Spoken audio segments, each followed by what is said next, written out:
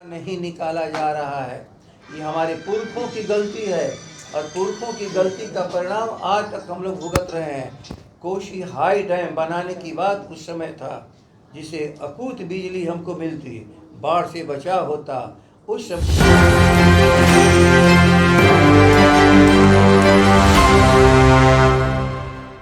नमस्कार, मेरा नाम पुनीश मिश्रा है और आप एक न्यूज़ 24 देख रहे हैं। आज जो है जगदानंद सिंह जो कि राजद के प्रदेश अध्यक्ष है, उन्होंने प्रेस को संबोधित किया। लगातार जिस तरीके से बिहार में बाढ़ की समस्या है, उन चीज़ों को लेकर जगदानंद सिंह जो सरकार को घेरते हुए नज़र आ रहे थे। वो कह रहे थे कि बाढ़ आने के बाद सरकार सचेत होती है, सरकार को सचेत जो होना होता है वो बाढ़ से आने के पहले कि क्या स्थिति है, पुल की स्थिति क्या है, नदी का गाद कैसा है, तमाम जो प्रक्रिया होता है वो बाढ़ आने से पहले पूरी कर ली जाती है। लेकिन बिहार में ऐसा सरकार है कि बाढ़ आने के बाद कहते हैं कि हम सभी चीज़ों को देख लेंगे और लोगों को बचा लेंगे। पहले जो है जगदानंद सिंह जो कि राजद के प्रदेश अध्यक्ष हैं, क्या कुछ कह रहे हैं, उनके बयानों को सुनाते हैं।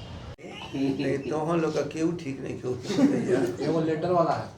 पहले शुरू तो कर देना सर। ये बाढ़ की स्थिति बनती जा रही है, नेपाल में भारी बारिश हो रहा है, मुख्यमंत्री एरियल सर्वे करने के लिए गए हैं। सर, आप भी लंबे समय तक विभाग को देखे हैं, किस तरह से देखते हैं? देखिए, मुख्यमंत्री जी गए हैं एरियल सर्वे करने, वो जिम्मेवार पद पर हैं। वो देखेंगे, अपने अफसरों को बताएंगे कि क्या और करना चाहिए, क्या नहीं करना चाहिए।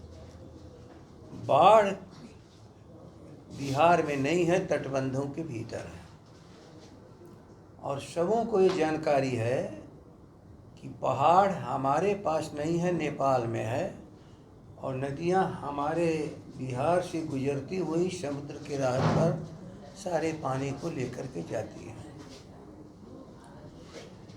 तो उसके बाढ़ के बचाव के लिए तटबंध बने हैं।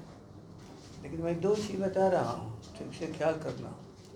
सबसे बड़ी नदी है गंडक और कोसी और दोनों का डिस्चार्ज 8 लाख से ऊपर होता है तो उस खतरे की बात होती है जिसकी संभावना बनती है।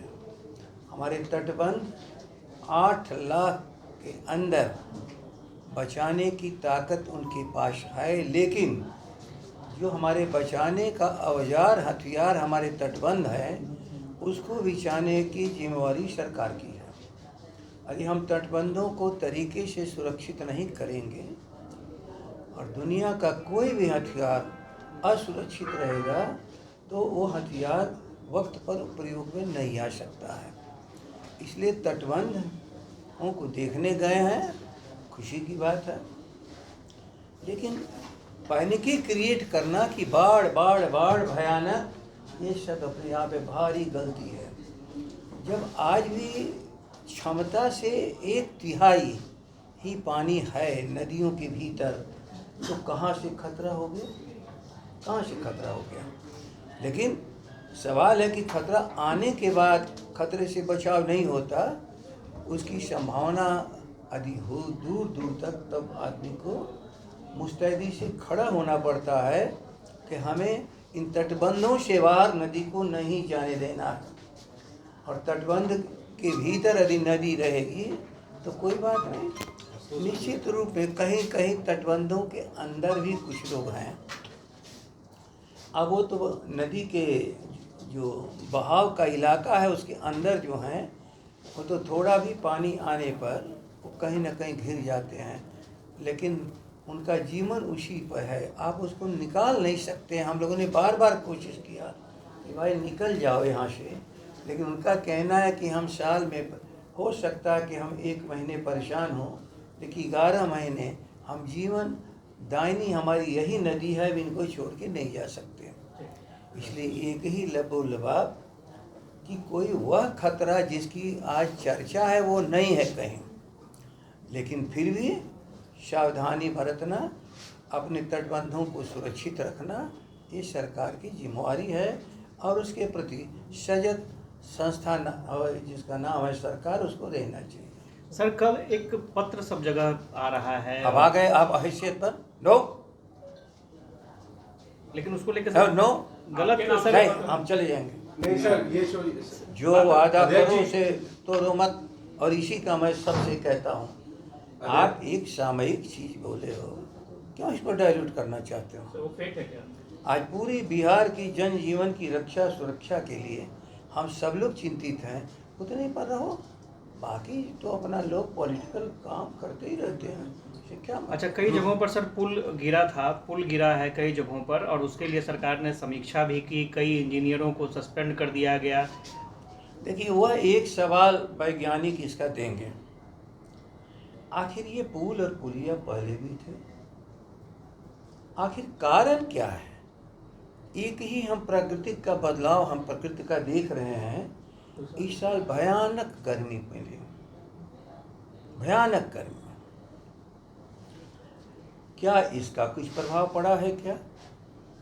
क्योंकि वो जो भी निर्माणाधीन है उनका गिर जाना एक अलग चीज़ है, निर्माण में गलती हुई होगी, लेकिन 10 साल 15 साल 20 साल जो टेस्टेड स्ट्रक्चर्स हैं, आखिर किसी भी हम बहते हुए पानी जिसको हम नदी कहते हैं अंदर जाते हैं, तो दुनिया में उसका निर्माण का एक ही विज्ञान है कि हम पानी के प्रवाह को बहने के लिए रास्ता देंगे।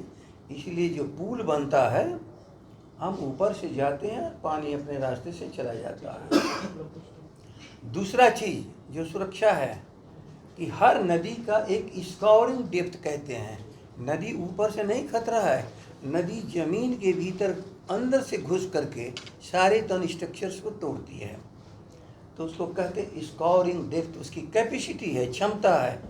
तो हम उसे बचाव के लिए उसकी जो क्षमता है उससे नीचे तक जा करके अपनी सुरक्षा को सुनिश्चित करते हैं। तो क्या पाइलिंग वहाँ तक नहीं था? डिजाइन फॉल्ट है क्या?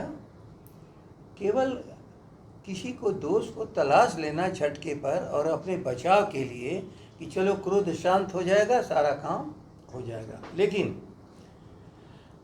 जो इधर मैंने सुना और जाना है कि छोटी छोटी नदियों की उड़ाही हुई है 2 साल के भीतर, छोटी छोटी नदियों का, और उड़ाही में केवल उड़ाही नहीं हुआ, उस मिट्टी को भी लोगों ने, तन ठेकेदारों ने बेच डाला। मान लो कि यदि हमारी नींव 20 फीट की हो और 10 फीट 12 फीट उसकी मिट्टी को कोई निकाल लेगा, तो नींव तो हमने कमज़ोर कर दी। जब नींव कमज़ोर कर दी तो जिस सारे सावधानी पूर्वक हमारे ढांचे बने हैं, उस ढांचे को तो आज हमने बात को बिगाड़ दिया। आपदा एक होती है दैविक, ख्याल कर लो, जिसको हम भगवान कहते हैं, आसमानी कहते हैं, आसमान से बरसता हुआ पानी, आसमान से गिरती हुई बिजली भयानक बाढ़ का कारण बनती है। एक होती है स्वयं सुल्तानी आपदा, माफ़ करना शब्द को जरा ठीक से ख्याल करो। एक होता है प्राकृतिक आपदा, आसमानी आपदा, एक होता है सुल्तानी आपदा। हम प्रकृति के नियम को तोड़ेंगे, अपनी रक्षा सुरक्षा स्वयं हम खत्म कर देंगे, तो ये हमारी सुल्तानी आपदा है, राज्य का दोष है। अब इसमें कहाँ क्या मामला हुआ है, अब ये लोग हमारे बताएंगे, तो जो पानी के वैज्ञानिक हैं, कि क्या हमारी पाइलिंग जो अब स्कोरिंग डेप्थ है वहाँ तक हुई थी कि नहीं हुई थी, क्या पानी का प्रवाह दिया गया था रास्ता कि नहीं दिया गया था। लेकिन उसकी सुरक्षा तो करनी पड़ती है, किनारे किनारे बाकायदे प्रोटेक्शंस होता है कि नदी इसके भीतर ही, तटबंध के भीतर और इसी प्रवाह के लिए जो रास्ता दिया गया है उसके अंदर से नदी प्रवाहित हो। लेकिन नदी यदि किनारे से एरोजन कर रही हो, कटाव कर रही हो, उस समय नहीं उसकी सुरक्षा करना, ये बोलो ये तो सुल्तानी आपदा है ना, ये प्राकृतिक आपदा नहीं है। इसलिए मैं आप लोगों के सामने जिन शब्दों को कह रहा हूँ, जरा ठीक से ख्याल करना, ये शब्द मेरे नहीं है, हमारे जितने महापुरुष हुए हैं, जितने वैज्ञानिक हैं, सब लोगों ने कहा है। और आप जिस औजार को, जिसको मोबाइल आप कहते हैं, ले करके आप सारी चीज़ों को दर्ज कर रहे हो, यदि इसी को तोड़ फोड़ डालोगे तो कैसे काम चलेगा। तब इस मशीन की दोष नहीं है, दोष आपके रख रखाव का भी है। सर, जेडीयू के कई नेता लेकिन तेजस्वी यादव पर सवाल खड़े कर रहे हैं कि उनके कार्यकाल में जी उस समय विभाग में तेजस्वी जी थे, जेडीयू के कई नेता आप लोग पर सवाल कर रहे हैं। अच्छा, एक बात मैं अभी कह रहा हूँ कौन विभाग में था, नई विभाग में था, ये बहस का विषय नहीं है।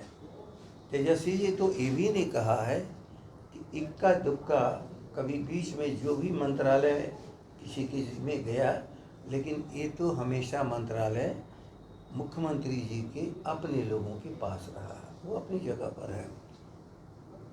लेकिन क्या इस फेंका फेंकी से जनता का काम हो जाएगा क्या? इसलिए मैं कहता हूँ हर विषय को राजनीतिक विषय नहीं बना लेना चाहिए। तलाशिए उस इलाज को, याद रख लेना, क्या रोगी क्या अपनी परहेज नहीं किया इसलिए बीमार हो गया, इसी पर डॉक्टर रोगी को खरीद नहीं देता है, तत्काल उसका इलाज करता है, बचाव करता है और फिर सावधानी के लिए उसको सलाह भी दे देता है। इसलिए मैं तो कहूँगा कि इसको राजनीतिक विषय न बनाया जाए। कृपया करके सभी लोग सोचें कि आखिर ये सुल्तानी आपदा क्यों है।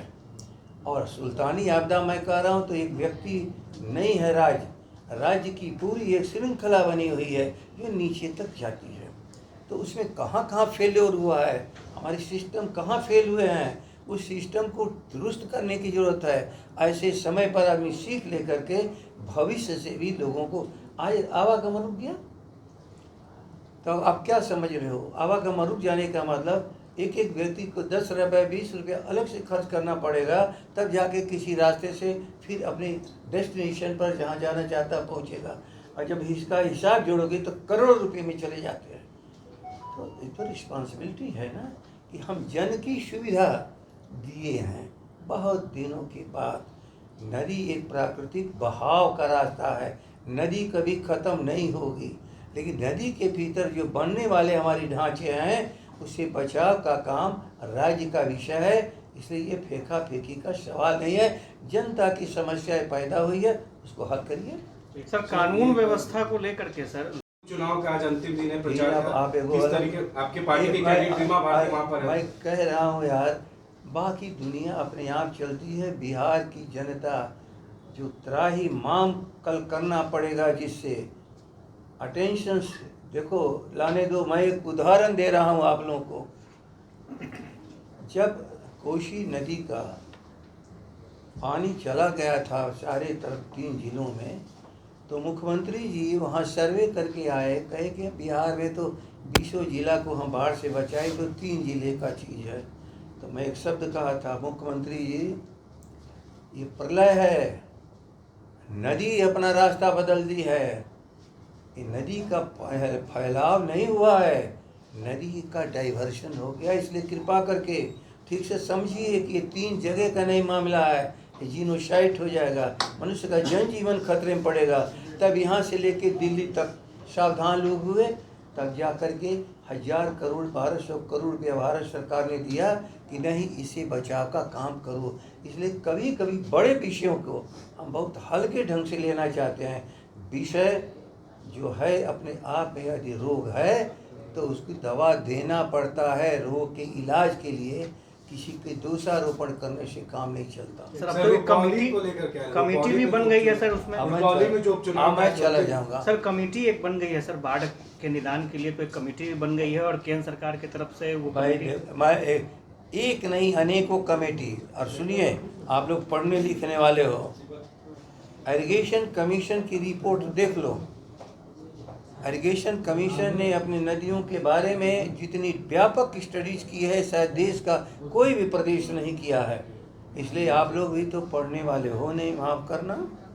देखो कौन सी हर समस्या को, सुखाड़ की समस्या से निपटने का, बाढ़ से समस्या से निपटने का, ये सारे रास्ते सुझाए गए हैं। और उसके पहले देश में चर्चा होती थी बिहार पानी में सरप्लस स्टेट है, सरप्लस स्टेट में डेफिसिट स्टेट है। बाढ़ का पानी हमारे किसी काम में नहीं आता है चला जाता है।